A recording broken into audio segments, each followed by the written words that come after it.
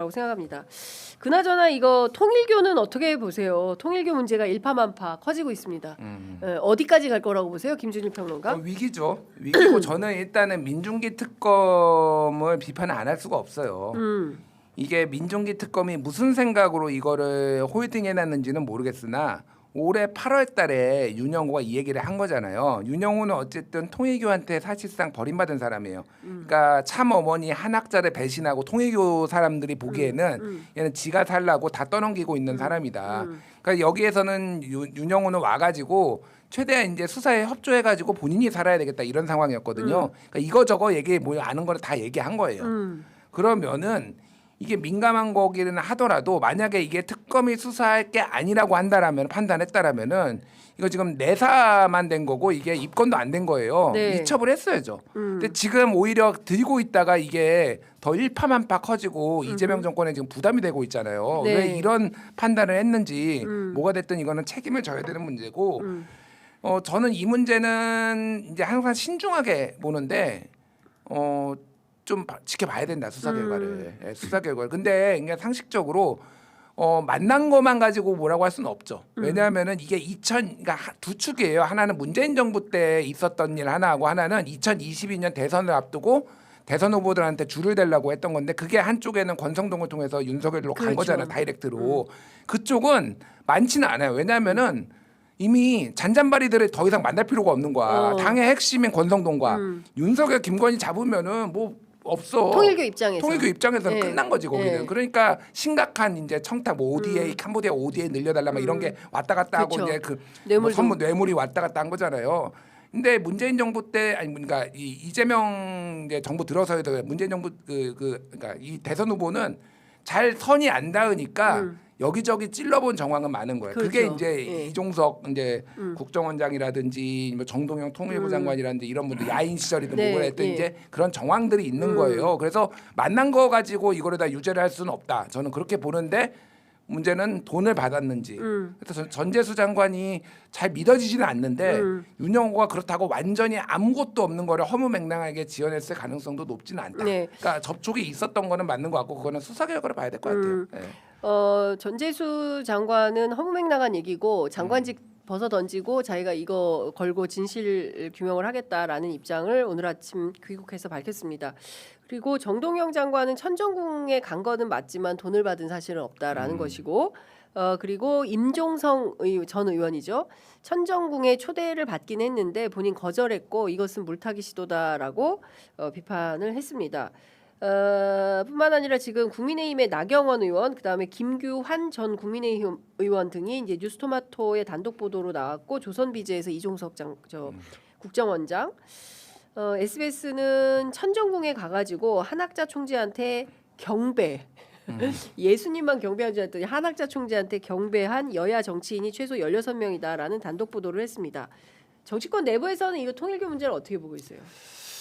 이게 사실은 뭐 아시겠지만 통일교뿐만 아니라 약간 그러니까 뭐 종교 단체 우리나라는 종교 분리가 잘 안 돼 있는 나라 중에 하나예요. 대표적으로는. 그리고 이렇게 약간 이단 논란에 시비거나 약간 소수 교파라고 하는 데는 더 정치권에 적극적이거든요. 저도 뭐 어디 가서 정치를 하려면 그 지역에서 좀 해가 있는 그런 그 종교 집단들이 많이 접근을 해요. 어디나 우리나라는 그렇습니다. 그리고 대부분 또 거의 표가 많으니까.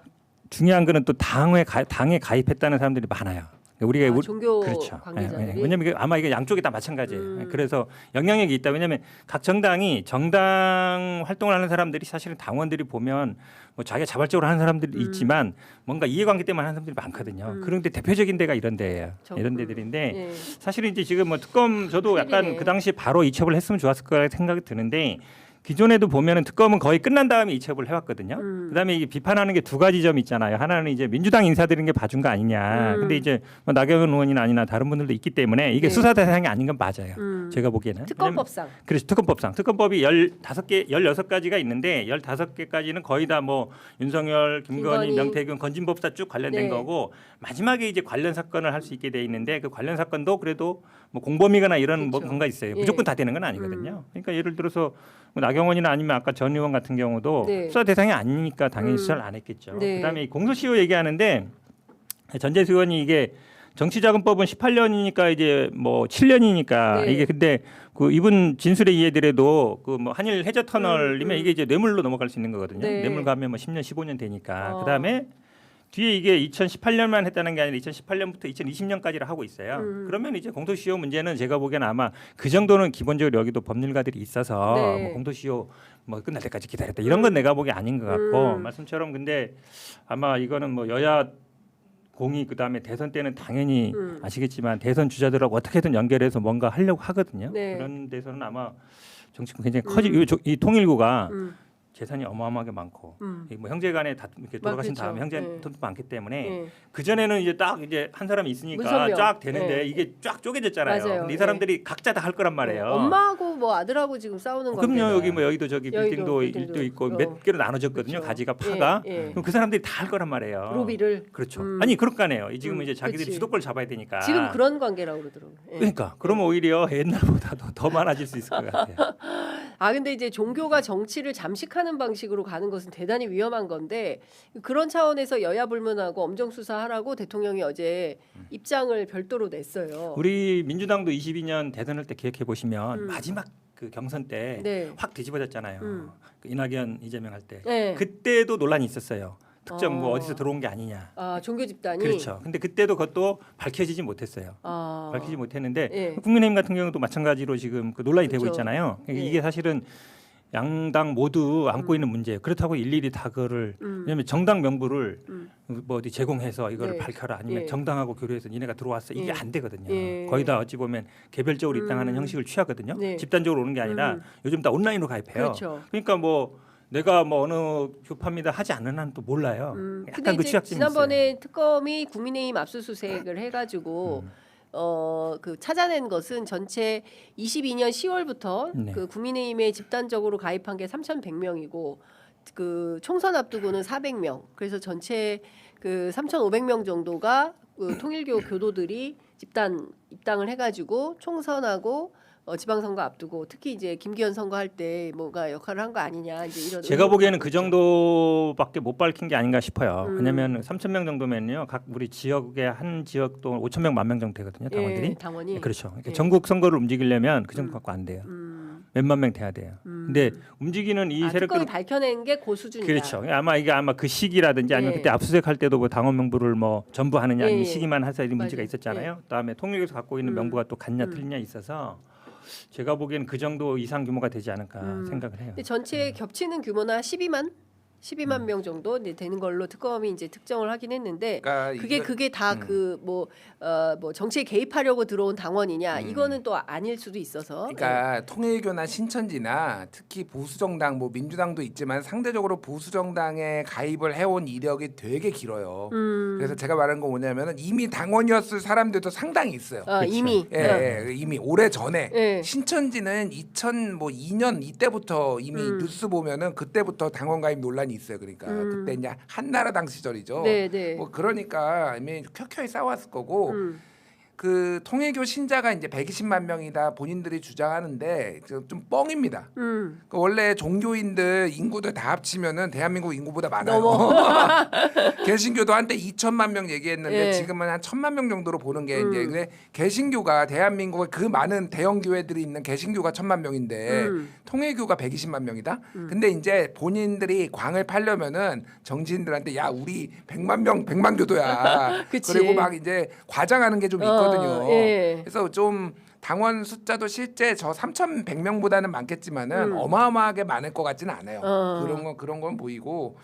그래서 이 문제는 저는 이재명 대통령이 당연한 말씀을 했지만은 이거는 여야 뭐 가리지 않고 엄정 수사해서 문제가 있으면은 다 쳐내야 된다고 봐요. 네. 그러니까 정권에 부담을 주면 안 되죠. 지금 뭐 개별 의원이나 뭐 그런 문제가 아니잖아요. 그렇습니다. 그러니까 예. 이거는 확실하게 해야 된다 수사를. 저는 그 김준일 평론가 말씀이 되게 옳다고 생각하는 게 우리가 두 번의 시민혁명을 했고 이번 혁명은 망쳐서는 안 된다. 이제 문재인 정부 때 기대가 굉장히 컸지만 그 촛불입법 연대나 이런 게 잘 안 되면서 우리가 원하던 개혁에 크게 다가가지 못했어요. 그리고 뭐 부동산 등의 이슈로 결국엔 정권이 윤석열에게 넘어가서 3년간 또 열심히 고생하다가 비상개혁까지 만났잖아요. 그래서 빛의 혁명으로 탄생한 정부기 때문에 그걸 좀 염두에 둬야 된다. 이게 어떤 정부인지 진짜 국민들의 그 피땀 눈물로 이 만들어진 정권인데 이 정부가 제대로 잘 갈 수 있도록 해야지 여기에서 뭐 다른 이슈들 때문에 이 정권이 휘청거려서는 절대 안 된다. 이제 이런 생각들은 갖는 것 같아요. 저는 입법적 해결도 좀 필요한 것 같아요. 그러니까 우리 헌법에는 정교 분리가 있는데 네. 그거를 실제로 만약에 안 됐을 때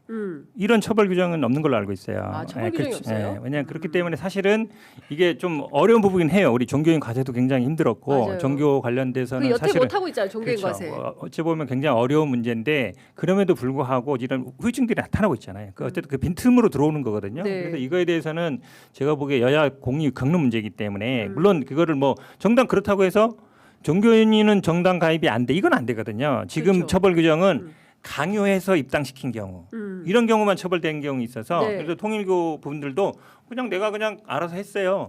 이렇게 하면 그게 좀 어려워요. 예. 처벌이 어렵기 때문에 그렇다고 뭐 다 개인 의사하기 때문에. 그렇죠. 그러니까 개인적 그 사람들도 그럼 뭐 집단적으로 입당했다 해서 처벌되는 규정도 없어요. 그렇기 때문에 약간 어찌 보면 빈틈인데 그거를 어떤 식으로든지 모르겠지만 좀 그 방법을 찾았으면 좋겠어요. 이런 후유증이 없으려면. 우리 법에 빈틈이 많네. 그러니까 이제 일본에서 통일교를 해산한 사례들을 맞아요. 얘기를 하고 네. 있잖아요. 예. 일본에는 종교법인법이라는 게 있어요. 예. 그래서 거기에서 이제 해산 사유도 딱 정해져 있어요. 네. 그러니까 뭐 공공의 복리를 저해할 경우에 이렇게 해산할 수 있다. 그래서 일본에서 1호로 해산된 종교가 옴질리교. 네. 예, 그 지하철에서 가스테로 그렇죠, 한 가스테로 1995년에 예. 그리고 통일교는 세 번째예요. 두 번째도 있었고 예. 세 번째 있어서 어. 법에 근거해서 할 수 어. 있는데 우리나라는 이제 그런 종교 법인법이 따로 없어요. 예. 그러니까 보통은 이제 뭐 공익법인 설립 운영에 관한 법률이라든지 민법 뭐 38조 이제 법제처장이 얘기했는데 설립 취지에 맞지 않을 종교법인만 해당되는 게 아니라 설립 취지에 맞지 않을 경우에는 이제 뭐 법인을 해산할 수 있다. 해산할 수 있다. 지정 해제를 할 수 예. 있다. 뭐 이런 거거든요. 예. 근데 신천지가 예전에 이제 그 방역법 금지 위반으로 맞아요. 서울시에서 이제 그거를 근거로 해가 법인 그 민법 38조를 그거 근거로 해가지고 했는데 소송에서 이겼어요. 신천지가 신천지가 이겼어요. 아. 1심에서는 신천지가 졌고 2심에서는 신천지가 이겨가지고 지금 대법에 계류하고 있어요. 그럼? 끝났을 거예요. 제가 이거 그래서 그러니까 과도하다 한마디로 해산하는 것까지는 과도하다라는 게 그 취지였거든요. 그러니까 예. 그럼 잘못을 통일교도 했지만. 그렇게 될 가능성이 있는 그러니까 100% 소송은 가고요. 예. 그러니까 제가 말하는 거는 예. 법을 아예 이게 만약에 정말로 이런 사회적 문제면은 일본처럼 종교 법인법을 만들든지 차라리. 예, 차라리 이제 그렇게 해야 될 것 같아요. 오늘 만주 변호사 아우. 김준일 아니, 입법 얘기 많이 하네. 100% 맞는 얘기예요. 어. 예, 우리나라 민법상으로 돼 있기 때문에 민법상 재단 설립 허가 취소예요. 허가를 취소하는 거기 때문에 네. 우리 설립할 때는 허가를 받을 때 정관에 정하잖아요. 목적이 네. 쭉 예. 정한단 말이에요. 예. 그거에 일탈해야 되는데 그런 경우가 별로 없어요. 그러다 보니까 재판하면 대부분 뭐 판사들은 대부분 사례가 별로 없으면 이걸 굳이 허가 취소까지 해야 돼? 아. 그냥 뭐 영업 정지라든지 뭐 과징금 매기면 되는 거 아니야? 이렇게 간단 말이에요. 예. 그러니까 사실은 따로 법이 없으면 현재 법에서는 이게 해산으로 가도 네. 통일교 해산 못 시킬 가능성이 많아요. 왜냐면 이거는 이렇게 나올까요? 우리 예산이 뭐 조단위야.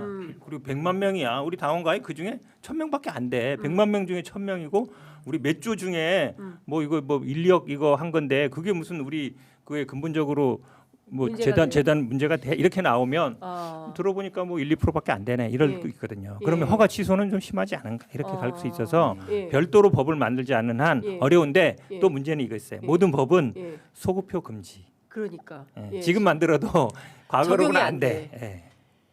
법이 그래서 어렵습니다. 네, 그러면은 네. 지금 뭐 우리가 미리 초를 확 치는 측면도 있긴 합니다만 이 통일교가 이 법률 소송에서 승소할 가능성이 매우 높은 걸로 봐야 되겠네요. 아니 신천지 허가 사례를 취소를 아마 검토를 둘 다. 하고 있을 거예요. 네, 허가 허가 취소 취소. 검토하고 있을 텐데 예, 근데요 사실은 이런 큰 데는 허가 취소해도 예. 따로 또 만들어요.